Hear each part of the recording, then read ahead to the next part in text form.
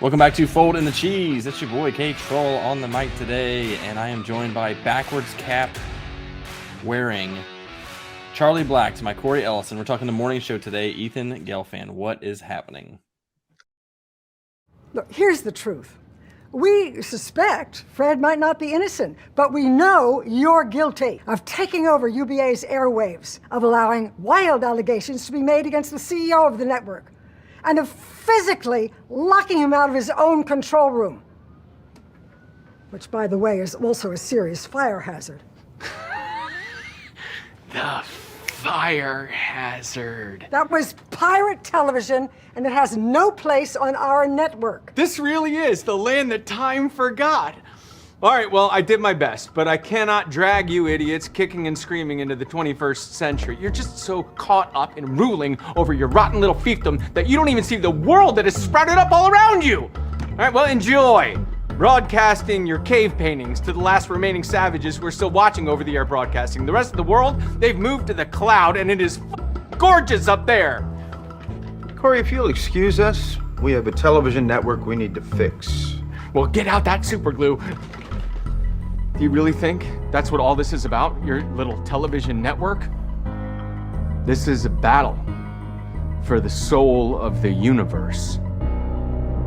I decided to kind of go full bro. You know, I just came back from Star Wars. This was my one I came back from Star Wars. Came back from Disney World. This was my one souvenir. I thought it was sweet. $70 It's hat. funny. Pretty much. I put a second mortgage just for this hat, so it's pretty good though. What's kind of funny is growing up, I always liked hats, but I was like the chubbier kid, and I had like a big head. So like whenever I put a hat on, even though I loved how hats looked and stuff like that, whenever I put it on, I looked like a bowling ball. So I never wore hats. I didn't wear hats in my entire life up until about a year and a half ago or 2 years ago. We were up at Hubbard Lake on Kirsten's family's property, and I was out helping getting like the hunting property ready. And you know, my brother-in-law Kyle said, "Hey, you're gonna want to wear a backwards hat just because whatever reason it keeps away these big flies when you're walking through the woods." I'm like, "What? Okay." So I put on this hat. I love the hat. Kira's like, "Hey, you actually look good in a hat." I'm like, "What? It's awesome now. This whole world has opened up for me. I now own 4 hats. It's crazy." I mean, my wardrobe is just expanding. It's spectacular. You're accessorizing like a mofo, man. Right? Well, I think as you start to lose your hair too, like, you know, as we start to lose our hair, hats become our best friend, right? Yes. Kind of like it covers up a lot of mistakes up there. It does. Also, when I get lazy and I don't shower in the morning, and like especially have to go to the bus stop, I just throw on a hat, and no one will know the difference. I'll be good. It's a fair point. I do the same thing. I'll let you decide if I've showered or not, if I have a bad hair day, or if I just wanted to rock my cool new hat. Your choice, one of 3. For the listener, I mostly assume he has not showered, just in general. But yeah, I have actually a lot of hats and used to wear them more than I do now. I don't wear them a ton anymore, but I've got hats for all different occasions. But mostly sports teams, various sports teams, and some of them are like free giveaway stuff where I'm like, oh, free hat, you know, it's like company I worked for or whatever. Free hat. But I don't know. It takes a certain kind of hat to look right on me personally, because I'm the same way. I don't have like a lot of forehead. My hair is receding, but I don't have like a lot of forehead. And so if I get the wrong kind of hat, it sits up too high on top of my head. And it would look a lot better if it was like flush with the top of my head. My brother is a great hat guy, which is frustrating because he can rock a hat big time, but he's got more forehead going. So I've found out you're right. It is dependent on the hat. Like I think I'm better with like the floppier hats that are not just, you know, like the one, like those 2 panels are just solid and it kind of it doesn't move. And then the back is just all kind of solid. Whereas mine is more, if it's floppier, I don't look like I'm a small child stuck in a big hat. So I think Jonah, my buddy Jonah, said those are high rise. I don't go good with high rise. I'm a low rise hat guy. I think I need a low rise too, and maybe no structure at all. Really, just let it form to my head, kind of thing. Because it's just if it's too high up there, it just doesn't look right on me. I look like a small child. I can rock it though. I can rock it. It's a good look with the beard. Actually, it kind of goes well with the beard. It's like a good. Who is this person hiding under all these features? See, but I hair can't here. He's got this hat thing. I can't do the beard. It takes me You should 5 work on years to it. grow gross, patchy. Yeah. Like I need. Bring back It's the disgusting. patches. I mean, I showed you that picture during COVID. Where I'm like, you know what? Let's just see what I can do, and it was disgusting.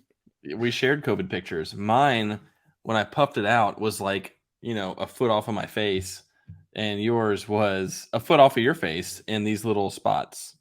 Yeah, like I don't grow here. Nothing grows here. And then like yeah, it was just not pleasant. You had a lot of Not neck. pleasant. You had a lot of neck that was trying to carry the weight, really. Yeah, it's And like I the can point do of it the here, beard is like you guys. don't want neck, and you're like trying to use the All neck neck. to show the rest of the beard. Yeah. Instead of like a I've comb got my over, it's like a patches. comb up. Yeah. Yeah, that's right. So Yeah, a comb up. A comb tee. A comb tee. yes, there it is. Comb goatee. I Um, like it. I've got my patches myself, but it's better than it could be. Than that. Could be worse. Yeah.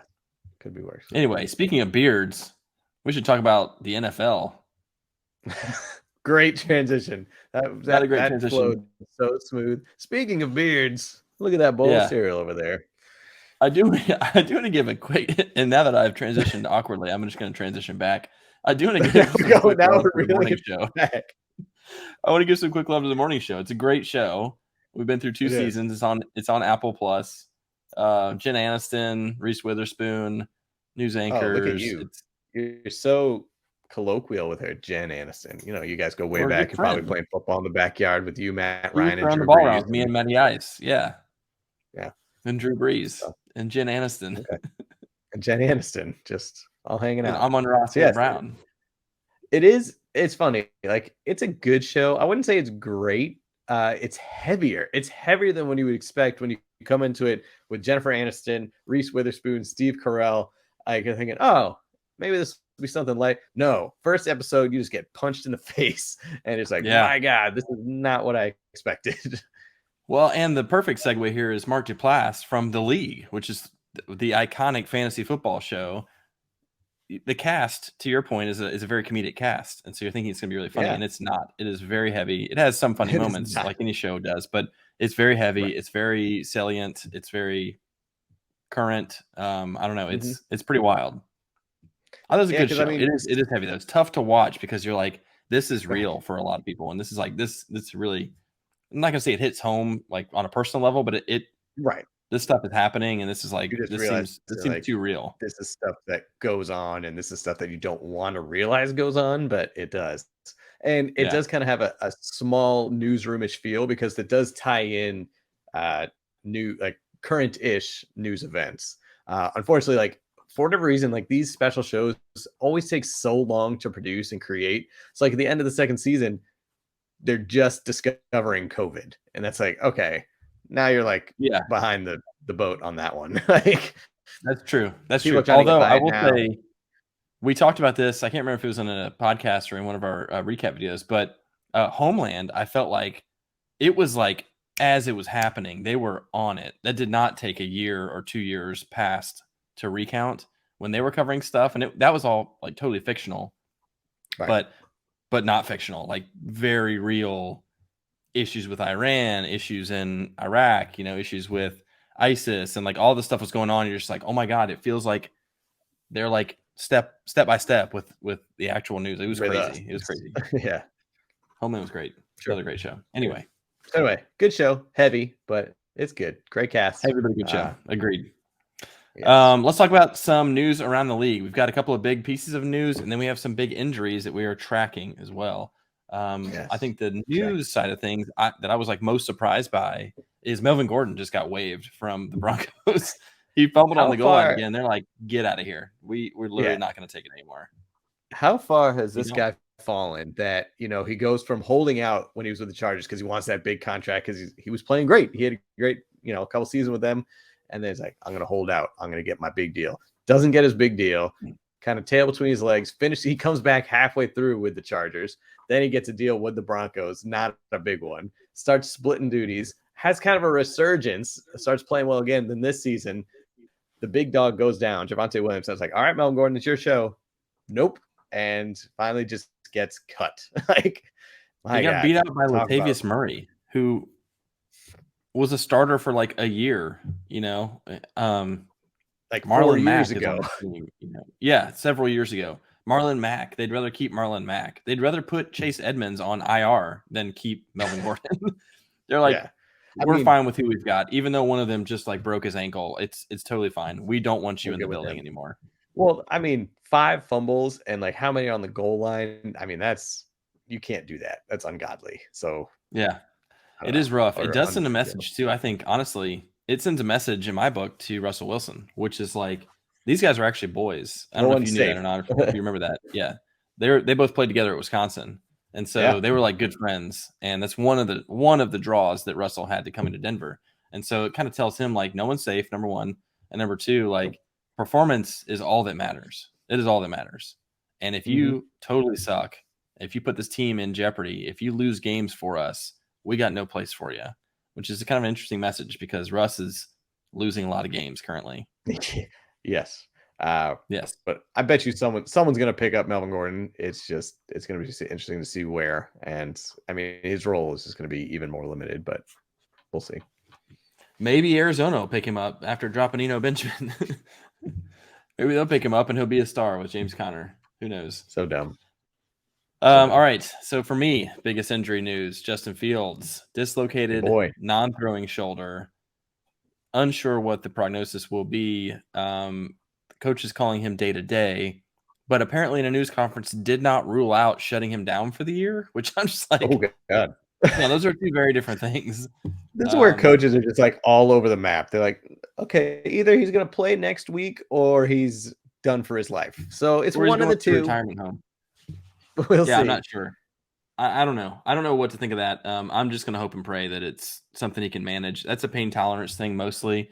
We know Dalvin Cook is, for instance, is a player like famously has dislocated shoulders, and he's in like a high impact position, and he plays through it all the time. He's learned to kind of manage it. I don't know if Justin Fields has a history of this at all in his past.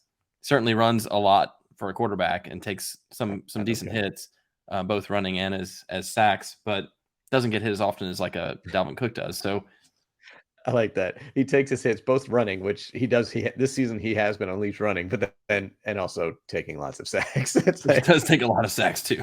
Their line is garbage. But so that's the big news. Keeping an eye on that. There's no backup plan there because Trevor Siemian is like a competent NFL backup, but I would never start him in fantasy. So like I'm just hoping and praying. Hoping and praying that Fields gets through it. Kyle Pitts, another one of my now former players on my fantasy team. I dropped that mofo last week. He has torn his MCL, so he's on IR currently. He'll miss at least 4 weeks. I don't think you'll see him again this year. And I don't think you wanted to play him anyway because it's been so bad enough to literally drop him. They only had 6 games left anyway because they still haven't had their bye. So yeah, he ain't coming back. There'd be no point. Joe Mixon got concussed. Samaje Perine came in and looked awesome. Caught 3 touchdown passes, which was insane. So Mixon, can I just point out that classic Joe Mixon? He's not on my actual fantasy team, but I draft him and run your pool. I'm like, you know what? This is the time for Joe Mixon. He hasn't gotten hurt yet. Let me put him in before and what happens? What happens? He gets he came back from the grave to screw you. Yeah. You literally cannot play him in any format ever. Never. I hate him so much. So much. All right. I mentioned Chase Edmonds. He got carted off with an ankle injury. Found out it's a high ankle sprain. He's going to miss, quote, a lot of time. That's a 4 to 6 week injury for running back. I don't know that you'll see him again this year, maybe at the very end of the year if they're testing him out to see if he's maybe a better fit for their future. But fantasy wise, safe to drop. Clyde Edwards-Helaire left an ankle injury as well. I don't know if you've seen an update on CEH. I have not, but I don't think there'll need to be one with Panchero over there kind of dominating the backfield, who we'll talk about a little bit later. Your good friend Panchero. Yeah. He left the game early, wasn't getting a lot of work anyway, lost his starting job anyway. Probably not a big deal. Matthew Stafford in concussion protocol again, twice in 2.5 weeks. That is not good. That is not good. You got to be shutting him down here pretty soon too. I mean, their season's lost, and he wasn't playing great anyway. I know John Wolford has not been good, but you don't want to mess with 2 concussions in 3 weeks or whatever the heck it is. So, yeah, just be done. They really need to be careful with this one. Obviously, we saw what happened with Tua earlier this year, but I don't know. This guy's. You want to know what's wild? So with that Goff and Stafford trade, the Lions got 2 first-rounders. The Rams' first-round pick, which they are getting, is better than their current pick that they have in the standings. Current projected pick, yeah.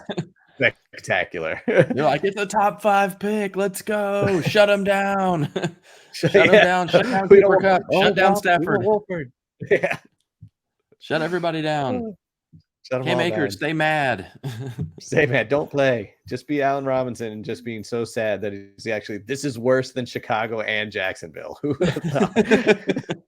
I went to the Super Bowl winner, and it's worse. Yikes. Mike Williams re-aggravated his high ankle sprain as well. Does not appear to be severe. He may miss a week, but not a huge setback, but it did force him out of the game.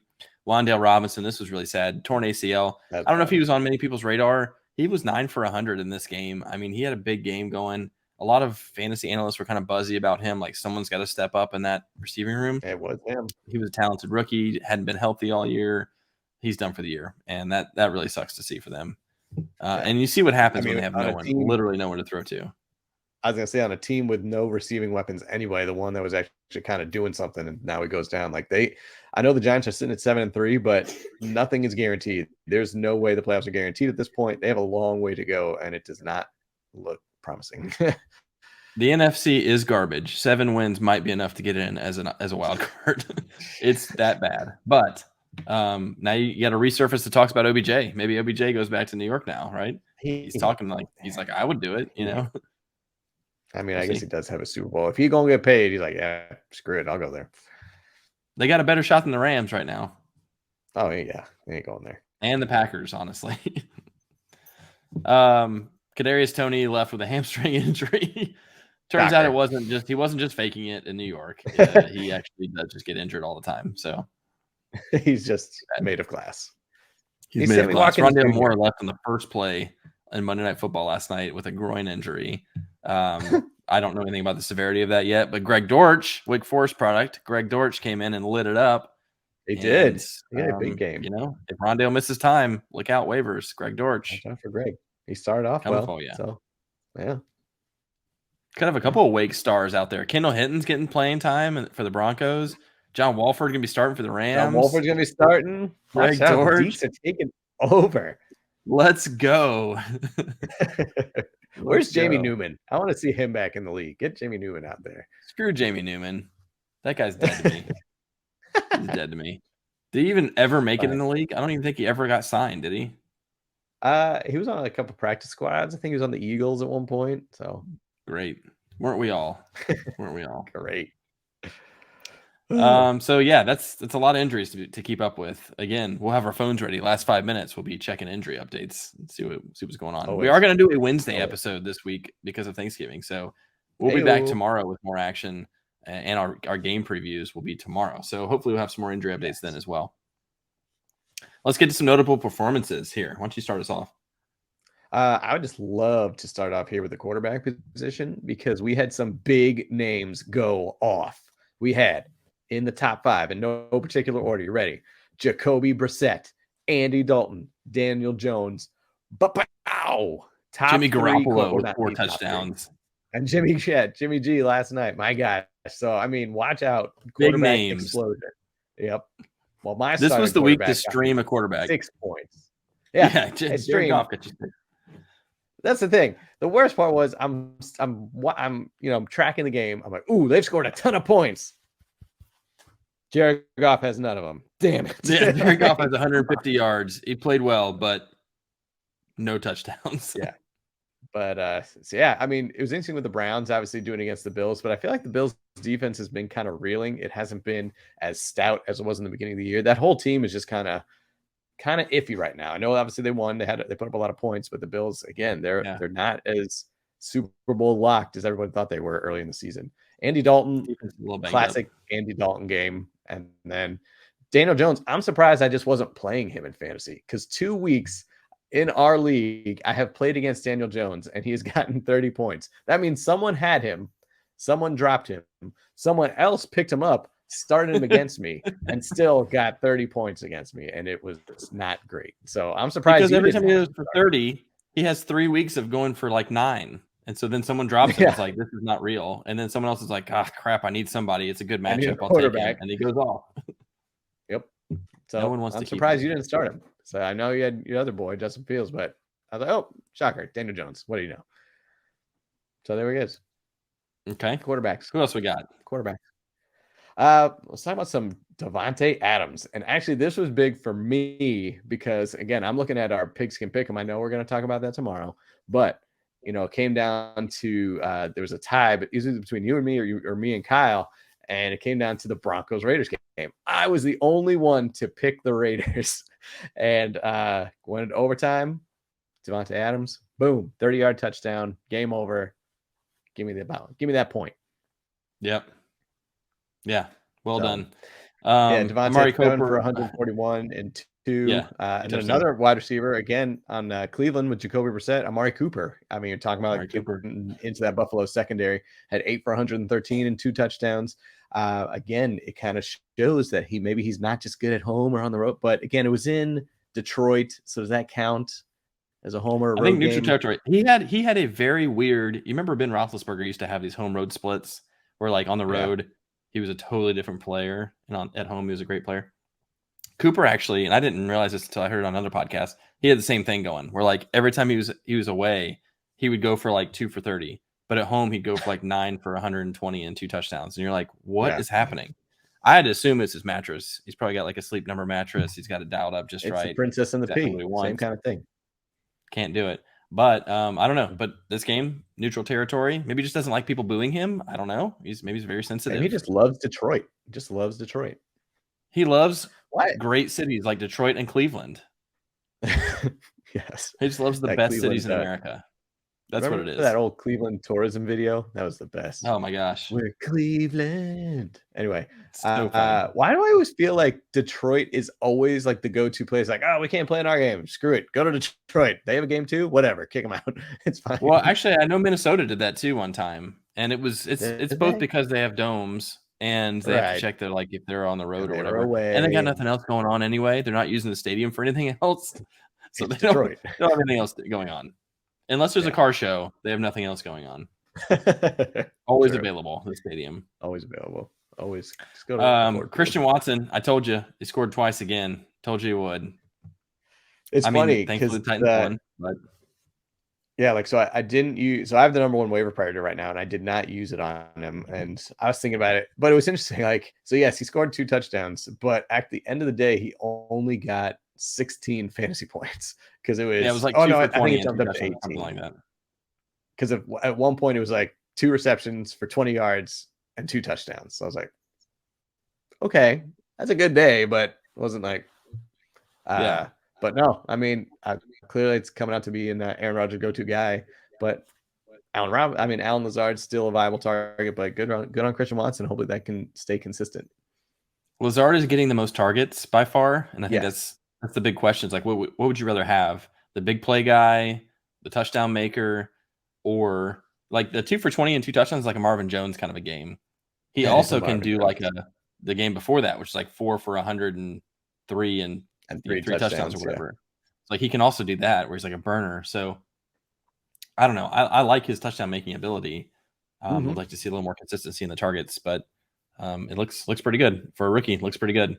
Treylon Burks on the other side of the ball also looked really good for the Titans. God, they need somebody so badly. They need a consistent target monster. They need somebody. And 7 receptions for 111 yards.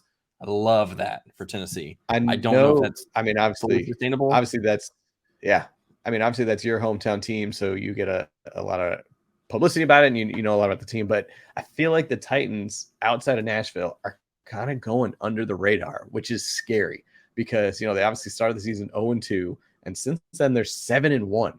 Like, and they haven't been winning pretty. Obviously they've been doing it with ragtag wide receivers. Treylon Burks been out, and then obviously Malik Willis was in for a couple games. So they've just been a team that's been flying under the radar. That's going to be surprise. Like, you're not going to want to play us. I know you were obviously disappointed the first couple weeks of the season when you're 0-2, and you think, nope, this isn't our year. We're mediocre at best. But this is a weird, scary team. I mean, obviously you have the beast, and Derrick Henry is leading the league in rushing. But when Tannehill's back, he's just that steadying force. And if he just has one relatively good weapon in like a Traylon Burks, like watch out, because that's all you really need. And they have a good defense, a solid defense. So shoot, it's the defense is quietest good, man. 7-3 team in the league right now. For sure. And I think part of that is they haven't beaten anybody really good, honestly. Like they've played some big games and they've lost them. And they lost to Buffalo by 1,000,000. They lost to Kansas City in what was a great game, and it was with Malik Willis. And it was, a night game and overtime and all that. But like that should have been like the wake up call, was that game. But I feel like it didn't give them enough credit. But yeah, they're gonna beat everybody who's not Buffalo or Kansas City, I think pretty easily. And then we'll just see what happens in the playoffs. It's a team that when they're hot, they are a weird, they scheme differently than most other teams. And so that's the thing that you've seen in the past, is like they're one of the weird exceptions to the can beat Patrick Mahomes in the playoffs kind of teams. And you don't know, like he's like matchup proof, except Tennessee does weird stuff. And it's like it screws with teams. I don't know what it is. I guess it's Vrabel, honestly. Vrabel. They have playmakers, especially on defense. But Vrabel, man, he knows how to get his players in the right spots. And it's like they're not a better team than Kansas City or Buffalo, but they could beat either one of them in the playoffs and knock them out. And teams don't want to face the Titans in the playoffs, in part because Derrick Henry is a freaking man-child. Right. They're a less explosive Bengals team from last year. Like they'll be one that gets into the playoffs. They'll win like the first close game in like the divisional round or whatnot, and then they'll just kind of slowly, methodically make their way, and it'll just be relatively surprising because like, wait, why is it this team? They don't have the explosiveness, they don't have the excitement. It's just doesn't matter. They can scheme well, solid defense, and a difference maker. So yeah. I'm just saying, watch out. Your Titans, man. Yeah, I think they'll be in the playoffs, no problem at this point. But just no matter what they can do with that. You're in the AFC South. You can just fall into the playoffs in that division. I don't know. Jeff Saturday, those Colts almost beat the Eagles this week. We'll see. Yeah, all I can say about Titans, Jeffrey Simmons needs more credit than he's getting. I mean, he is like Aaron Donald light. He is a complete game wrecker, and he won that game against Green Bay at the end with a sack and then a run stopping. I mean, you can't run on the guy. Like, he is a absolute monster. He's a beast. Love it. Beast. Speaking of those Bengals, T. Higgins and Joe Burrow both had huge days. Higgins went off for 9 for 148. Gotta love that. Samaje Perine unfortunately stole all the receiving touchdowns. That was really weird. But if Mixon misses time, Samaje, we know, is a very competent backfill. Jamal Williams in Detroit, man, he's a freaking touchdown maker. Speaking of which, he leads the league in touchdowns right now. I think it's 14 touchdowns. I mean, it's insane. 3 touchdowns this week. And again, to your point, like I thought Goff, because I've got Amon-Ra who played great. Yeah. I was like, oh man, Goff's gonna get some touchdowns. Every time they get close, Jamal Williams, if you're within the 5-yard line, he's punching it in. They finally gave old DeAndre Swift a sympathy touchdown at the end. Like, all right, you can have it. Stumble in. Even DeAndre can score. If he's scoring, what does that say about you, Giants? I mean, Jamal, it'll be interesting to see. I mean, I know DeAndre's still not fully healthy, but it may not be his job when he gets fully back. I mean, why? Justin Jackson got in there a lot. I mean, he had 24 snaps or something like that. And he ran really well. Mm-hmm. I think they're out on DeAndre Swift. I really do. And you started to pick up on that in Hard Knocks when you saw Deuce Staley talking to him like, bro, you've got the talent, but you've got to have that hunger, and you're not making that cut decisively and going. Like, you're dancing too much. And he's like, you have every tool to be one of the absolute best, but you're not. I don't know. It wasn't working. Deuce knows what he's talking about. Deuce had a good career. Deuce does. Deuce knows what's up. Derrick Henry threw for a touchdown. You see that? The jump pass? The Tebow jump pass? The Tebow jump pass. Why not? They're all just going to collapse. I was like, whoop, whoop. Yeah. That was fun. I would have saved that for the playoffs probably, but whatever. At least, honestly, now teams are worried about it. Now they're going to have to worry about that. So he can throw the ball 2 yards. Oh, crap. 3. He can also move his arms. Oh, no. Oh, no. Instead of just stiff arming people, he can actually do this motion. It was more of kind of like a stiff arm. He got to just stiff arm the ball into kind of was a stiff arming the ball. Yeah, that's true. Yeah, just stiff armed it. Kind of was. Travis Kelce, 3 touchdowns. He's on a tear, man. Quick, Austin Hooper. The quick note about Travis Kelce's 3 touchdowns. So I love that Drader texts us the right before the Kansas City game, and he's looking at his Yahoo projection. He's like, 36% chance to win. I still got this. And on the other side, the opponent had Travis Kelce, who hadn't played yet. He's like, no, I got this. It's fine. Uh-oh. Wow. And he actually scored a ton of points this week. Drader did. This is like his highest scoring week all year. And you couldn't keep up with 3 touchdowns from Kelce. I thought this was interesting. So the tight end 2 heading into last night was Austin Hooper. And I think Kittle overtook him. But Austin Hooper was tight end 2 with 4 receptions, 36 yards, and 2 touchdowns. And Kelce was nearly double that in points. And you're just like, that's tight end 2, and your tight end 1 is like almost double the points. And that's honestly like an anomaly of a tight end game already. Right. So just ridiculous. Right. Well, Kittle did have a good day because he had 2 touchdowns, over 80 yards. I want to say 4 for 80, I think. Yeah.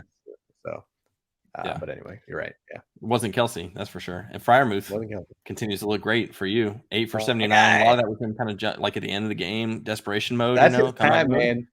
That is when he gets his biggest receptions. It's in garbage time. I love it. It's not pure garbage, though, because like they're still kind of in the game. They're within 10, 14 points. They're driving to try and catch-up mode. Yeah. Make it respect catch-up mode. We'll call it that. I like that better. Catch-up mode. He loves catch-up mode, and I love it. Dude, Freiermuth and George Pickens.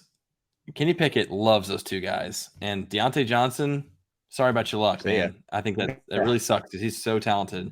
But this is the George Pickens and Pat Freiermuth show. Been saying it all year. That's all the way in on that. So those are some notable performances. Yes. Well, I think this is a good segue into, so we talked about some notable performances. We're still getting our feet wet, talking about some blind resumes. So resumes. This is only your second time doing it. So I know we did it once with our guests. I did it once with you, and you did me. So I think it's good. This is a perfect time. It's like just a little bit past halfway in the season. So, trends are starting to happen. It's starting to float to the top. So this is kind of a weird one I did. Once again, quarterbacks, wide receivers, and running backs. So what do you want to start with, my man? You tell me. Typing ready here. Let me do the quarterbacks first, I guess. Quarterbacks. All right. QB1 has 2,443 yards in the air, 10 touchdowns, 9 interceptions, 50 rush yards, and a rushing touchdown. Okay. That is quarterback. Okay. No. Oh, and keep in mind, as always, they all have the same amount of games and are within, I would say, plus or minus 5 points of each other. Okay. Quarterback 2 has 2,227 yards, 7 touchdowns, 5 interceptions, 129 rush yards, and also 1 rushing touchdown. Who are you going to go with? Tough choices. Relatively similar. One has more passing touchdowns, but also more passing interceptions. One has some more rushing yards. Whoo! That's a lot of interceptions, man. But on the other side, you don't have many touchdowns. 7 touchdowns. Yeah. Okay, so first question, 1, do you have a guess as who they are? And if not, totally cool. And then 2, who are you going to go with? I'm wondering if one of these is like a Taylor Heineke. Okay. That's just a total guess, though. Yeah. In part because of the interceptions.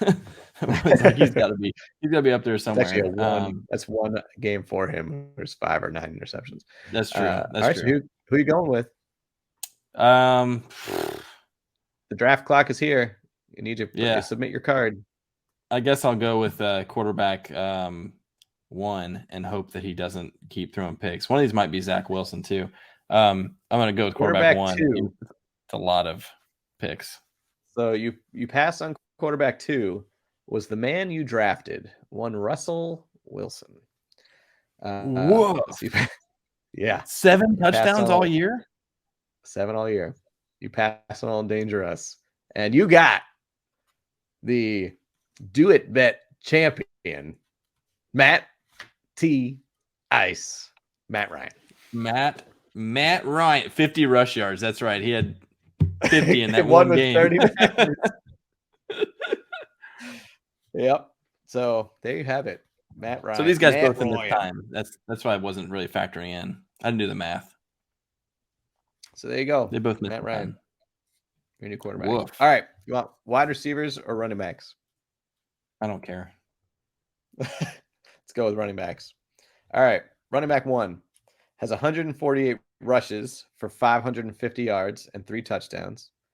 Has 35 targets with 28 catches for 138 yards and 2 touchdowns. Okay? That's running back 1. Okay.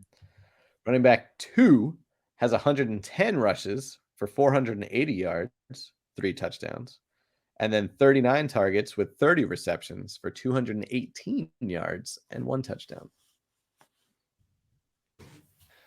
Yeah, that Any ideas?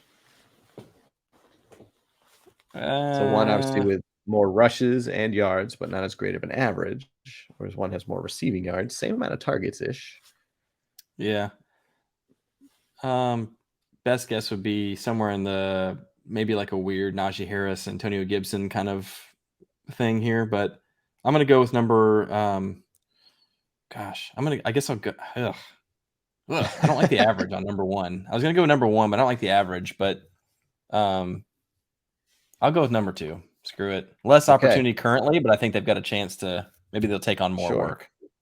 Sure. So you passed on running back number 1, and you were correct. It was a Najee Harris. That is one Najee Harris, who has been very disappointing this season. He's had Very one ineffective, or 2, although games. looked better this week. Yeah, he did. And the guy you grabbed is actually a guy you traded, one Devin Singletary. Yeah, so, I like. Again, it's crazy. Just obviously Najee Harris. For the record, I would rather have Singletary than Najee Harris. Right now, and that's the crazy. I think they're 2 points separated right now. And again, same amount of games played, all that kind of stuff. And it just shows, Najee was picked first, second round. Devin was I want to say 10th round. I didn't fully look into that, but I know he was very late. So interesting. All right, Devin's been a good last runner. one. He just hasn't had quite as much opportunity, Right.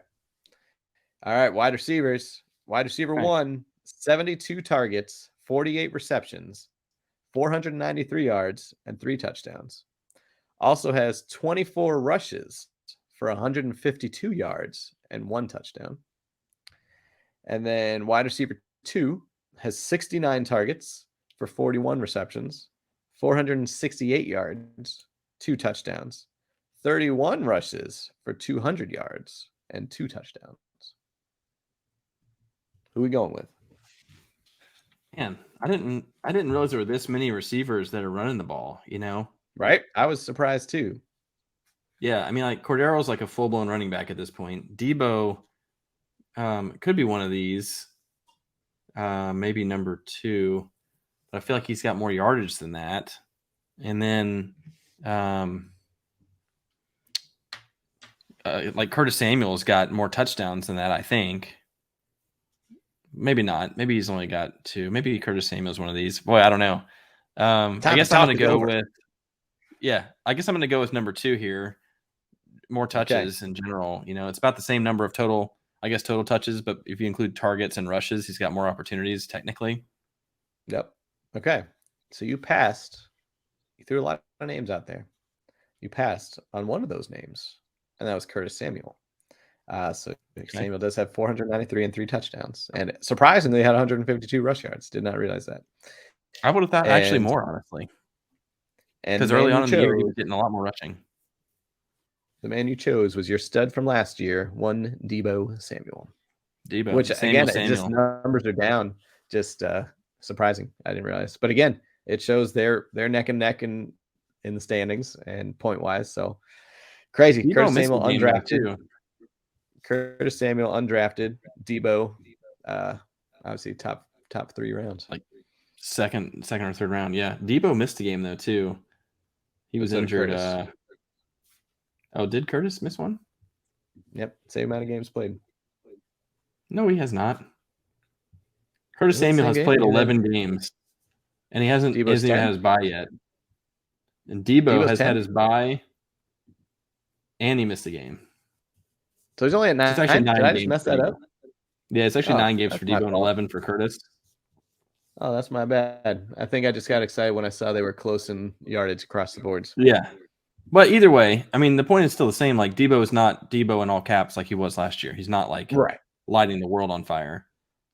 True. And there are even more mouths to feed now in San Francisco. So it's that. I don't think Niners you're like team he's not hurting your team. He's just not the stud that you drafted. he's just not. He's not that second or third round pick that you were hoping he was going to be from last year. So yeah, which is a bummer. Agreed. So there you go, man. Agreed. You were pretty good in naming the guys. The only ones that threw you off are the quarterbacks, but that's all right. Otherwise, you named Najee, you named Curtis Debo Samuel. So there it is. Not bad.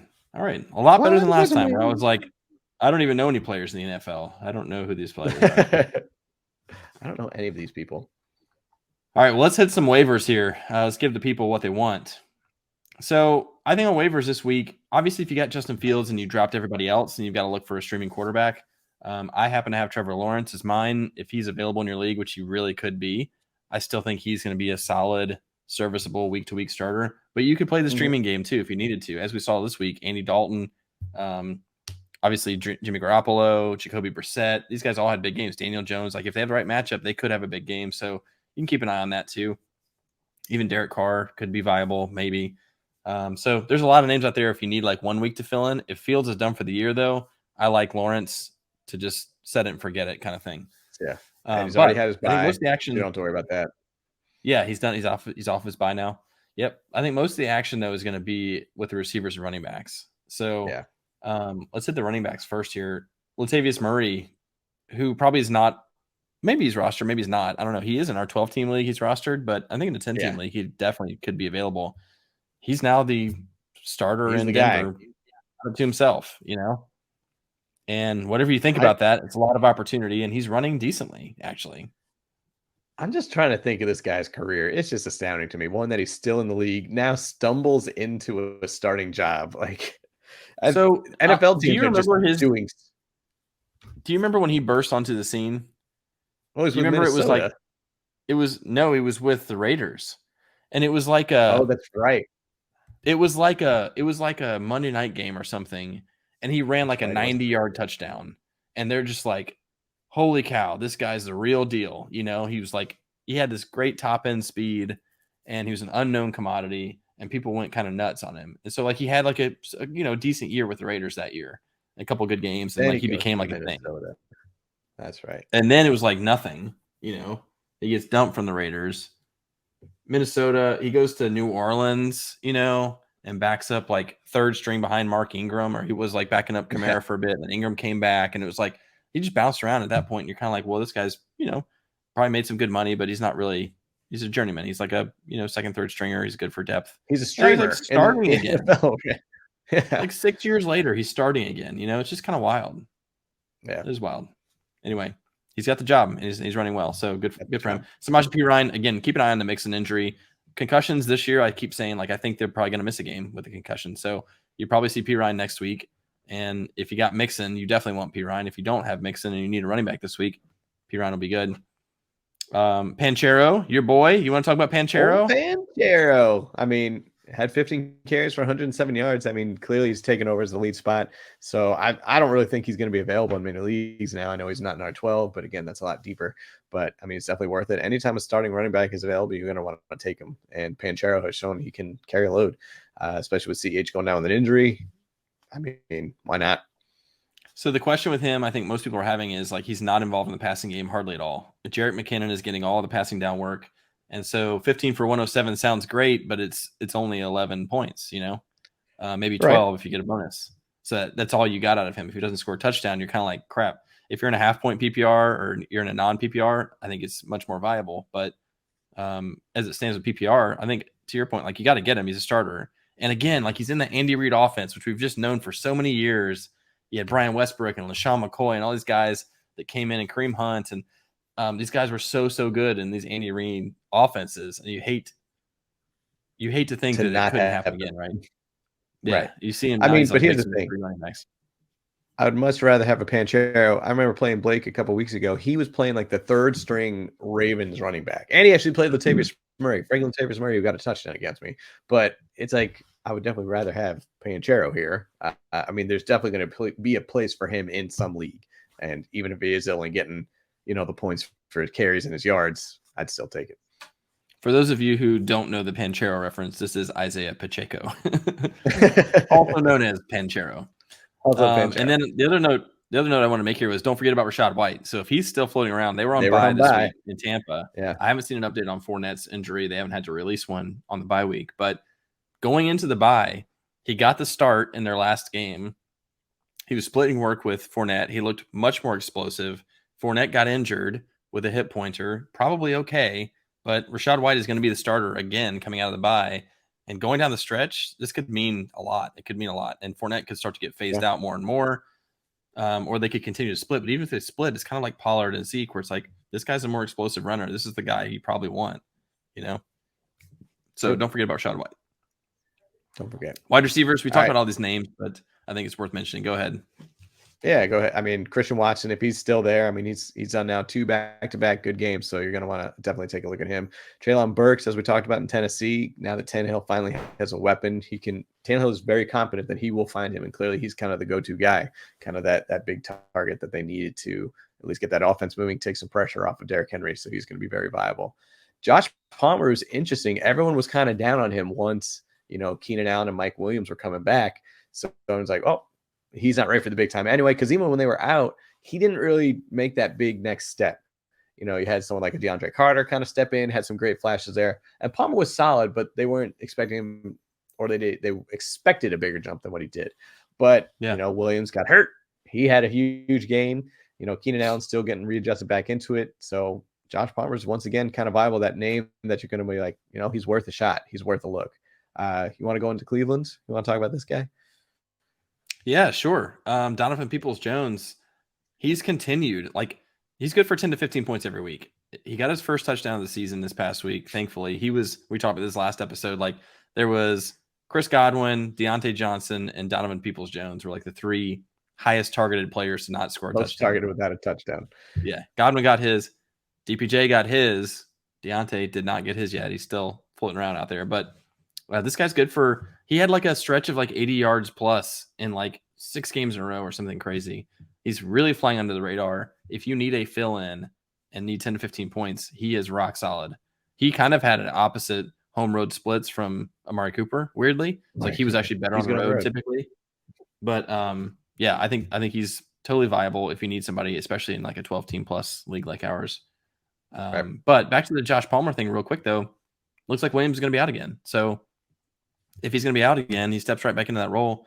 Maybe with a little Keenan Allen taking away some of the coverage, maybe it actually helps him become a better player. Yeah. Maybe that's one of the reasons he was kind of thriving in this game, this matchup. But yeah, I think he's definitely worth it. And then keep an eye on the Rondale Moore injury, because the slot receiver for these Cardinals is getting a lot of targets. And Greg Dortch can get the job done. He caught 9 of 10 targets this past week, Monday Night Football. The guy's really solid. He profiles just like Rondale Moore. Very quick, very fast, good hands, slot receiver. You could do much worse. I would love to have Rondale Moore the way he was producing the last several weeks. Would love to have him on my team. And so if he's going to be out, I got to go hard for Greg Dortch. Dortch the torch. Torch the torch. Another guy in Indianapolis now with Matt Ryan back. Paris Campbell has had 10-plus points in each of the last 4 games with Matt Ryan, so he could be another one of those fill-ins. Someone's got to catch the ball besides Michael Pittman, so it looks like it's kind of Paris Campbell is separating himself there. And then obviously in New York, you got Darius Slayton with obviously Wan'Dale going down with the ACL. He's done for the year. Slayton's got to be the guy. They need that guy. He's going to be the one they're looking for. He's got 10 or more points in the last 4. That was even with Wan'Dale there. So Darius Slayton's could be definitely a fill-in in New York. And then Jameson Williams for Detroit. Is he coming back? He's designated to return from the IR. Heck, they're on a 3-game winning streak, man. Maybe the playoff buzz is alive in Detroit, so maybe they're going to try and get him in there. That would be more of a stretch if you maybe want to stash him just for a week or 2 to see if anything happens. He's got the talent. Again, the Lions would love another weapon out there besides Amon-Ra, so he could make some impact if he does play, but it's a big question mark. But he has the talent and potential. Those dreaded words, talent and potential. Some of us have memories of a Detroit rookie receiver carrying them to the playoffs down the stretch last year. And yes, that was Amon-Ra. Maybe Jameson Williams will do it for you this year. Who knows? Maybe. Maybe. Worth a stash if you've got the spot. Right. The other big name, I think this is the time when someone's going to jump on Deshaun Watson as well. And maybe True. you're looking at it if you got Justin Fields and you're thinking about it. We don't know what this guy's going to look like when he's out there, regardless of what you think of him as a person, as a player. What's he going to be? Yeah, as a player, what do you think he's going to be in fantasy? I don't know. He's actually still available in our league. It's a 12-team league, and he's still floating around out there. So I don't know. How do you feel about him playing this year with this team, Cleveland? Like, what do you think his fantasy prospects are? I mean, Jacoby Brissett has shown that it is certainly viable and possible to have big games there in Cleveland. I mean, you got a big target in Amari Cooper. You still have Nick Chubb. I mean, you've got the pieces there. You got a David Njoku who can get you some touchdowns on the goal line. I mean, he's got some pieces around him. So by fantasy-wise, he's definitely a viable option. I honestly thought about it just because my quarterback is probably the weakest play of my team right now. And I don't necessarily want to do it, but it's something that's kind of going on in the back of my head. Yeah, that's always a weird, like, moral quandary to think about. Right. Like, because I feel like here's where this comes out. I'm watching games on Sunday and I'm cheering for the Browns, and my wife asked me why I'm cheering for Deshaun Watson, and I tell her he's my fantasy quarterback, and she's like, "Are you serious?" I'm just like, I don't know. I need the point. I have no morality when it comes to fantasy. I'm sorry. So yeah, whatever works for you. Whatever do your works. thing. All right, waivers are done. Now, what do you say we do a quick little do it board update? Let us do it. So let's pull it up here. So, of course, we got our quarterbacks, our wide receivers, and our running backs. So looking at the quarterback position, Trevor Lawrence was on bye this week. And once again, so was Jared Goff for the fourth time this season. Jared Goff got a whopping 6.6 points. So bringing his season total to 182 behind Trevor Lawrence's 192. So again, 10 points. They both had their byes. So now it's just all right. Let's go. Let's see what happens. I mean, it's close enough that it's literally anybody's game. It's not too far. It could be anybody. So it's going to be interesting. Obviously, Goff is kind of trending downward where Trevor is going up. Yes, I see you in the back there. Yeah. Can I just say, if Goff didn't have a 42-point week, this would be and a 35-point week, this would be a non-contest. This is two mega outliers. Hey, it still counts. Anyway, moving on to the running back position. Man, your boy, Quadfather himself, is just getting worse somehow. He got you a whopping 3 points, bringing his total to 80.6, whereas Josh Jacobs had another good game, had 20 points this week. So he is at 198. Yeah, I'm officially waving the white flag in here. I don't have a white flag. The towel thrown is done. I'm officially waving the Santa hat. The Santa hat is pleading mercy. Okay, get me out of this thing. I am. Josh done. Jacobs officially beats the Quadfather in the do it bet board. Do it, Josh Jacobs. Do it. And I'm getting close in the wide receiver room to the same scenario as T. Higgins. In the past 2 weeks, he had a bye, and this week still outperformed Allen Robinson, who played for 2 weeks, and that's even with Allen Robinson getting a touchdown this week. So Higgins got you 25. Yeah, true. Yeah, so T. Higgins got you 25 this week, bringing his total to 141. Allen Robinson had a semi-respectable 14.7, bringing his total to 85. So it's getting pretty dire there, especially with Stafford probably being out. And I was just hoping him being the number one guy might trend towards his favor. But if Stafford's not throwing the ball, Warford's not doing great, it's going to be pretty soon. I might be doing the same Santa hat waving. So we'll see. We will see. Yes. The do it bet of the week, though, was ham. It was ham. All right. This was wild. And I actually need to double check for stat corrections this morning. I was looking at this thing yesterday. So as a recap, we did a draft on the Denver-Vegas game that we picked against each other. And of course, Vegas did win the game. But you took Derek Carr with the first overall pick. I came back with Danger Russ and Devontae Adams, and you finished off with Josh Jacobs. Derek Carr had a good game, 25.28 points. Josh Jacobs had a good game, 20 points. Devontae Adams had a great game, 34.1. Russ Wilson pooped in his pants and had 10.68. And that brought my total to 44.78 points and your total to 45.28 points. That is exactly 1/2 of a point difference. That was wild. I'm gonna That check it is right now while awesome. we do this. You're checking for that stat correction. Let it be like a -1 yard or something like that. Wow. I don't think you can get any closer. That just shows either how crappy both teams are or how mediocre. I don't know what it is, but it's something. But man, could there be a bigger disappointment than Dangerous Wilson himself? I don't think so. So that's interesting. But hey, I'll take it. Derek Carr, Josh Jacobs, do it. Take that win. Do it. Moving on to next week. It's official. Just like we came to the line of scrimmage, called the next play. It's official. It's in the books. I'm just checking one more. I was checking one more site. No stat correction. No stat corrections. This holds half-point victory. I will take any victory at this point because I know we're going to talk about run your pool tomorrow and don't need any stat corrections there. Anyway, that is your week 11 recap. A lot of action going on, some big performances. So we got some good waiver targets here. Man, we're kind of heading into the second half of the season. It's crazy. Only 6 or 7 games left. Probably only 3-4 in your regular season for fantasy. So things are going to get tight. And I know we're going to talk about our matchup we just had tomorrow, but it was a close one. And now our playoff positioning is really in a log jam. So it's a lot of action coming up. So until next time, keep on folding. Fold it.